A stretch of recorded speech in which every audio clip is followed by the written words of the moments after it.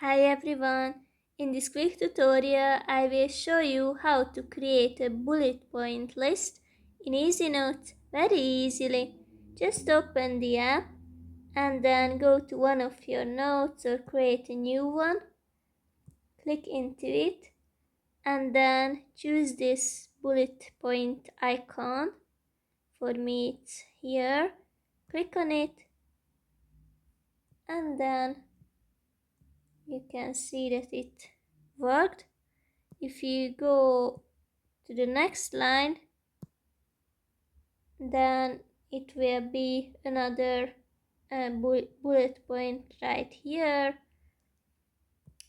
And if you click back, for example, to the first line and click on the bullet point sign again, that it removes the point from there, but not from the second one. That's basically it. You can experiment with it and I hope it will be useful.